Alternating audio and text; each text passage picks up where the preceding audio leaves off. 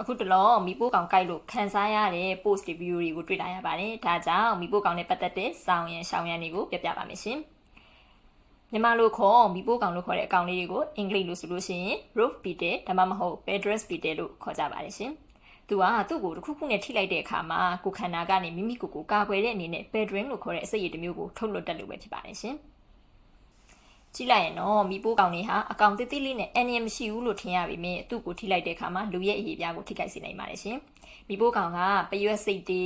ပြားတွေလိုမျိုးလိုက်တုပ်လိုက်ကြိုက်တတ်တာမျိုးမဟုတ်ပေမဲ့သူ့ကိုမတော်တဆဖိမိတာမျိုးထိမိတာမျိုးခံပြီးမှသူ့ရဲ့အစိတ်ကြောင့်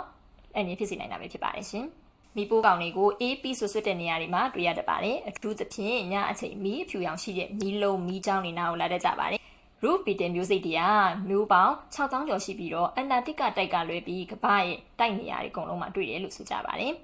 ။ roof beetle လို့ခေါ်တဲ့မြန်မာလိုခေါ်မီးပိုးကောင်ကသူ့ရဲ့နာမည်အတိုင်းထိမိတဲ့အခါမှာမီးလောင်ဖို့လို့နေရဲတာမျိုးလာတာမျိုးတွေကြောင့်နာမည်တွင်တာပဲဖြစ်ပါတယ်။အစိတ်ရှိတဲ့မီးပိုးကောင်တွေကိုအရှေ့တောင်အာရှ၊အာဖရိကနဲ့မြောက်အမေရိကလိုနေရာမျိုးတွေမှာအများစုတွေ့ရတယ်လို့ဆိုကြပါတယ်ရှင်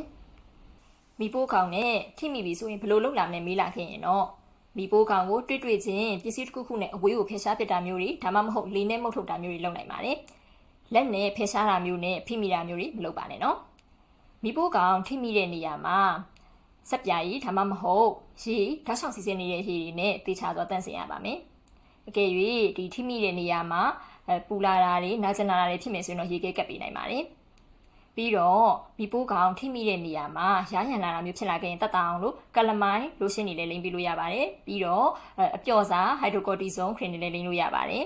နောက်ထပ်အန်တီဟစ်စတမင်အမျိုးအစားဖြစ်တဲ့လော်ရတတင်ဒါမှမဟုတ်စီထရီဇင်လိုဆေးမျိုးကိုလည်းတောက်နိုင်ပါတယ်ရှင်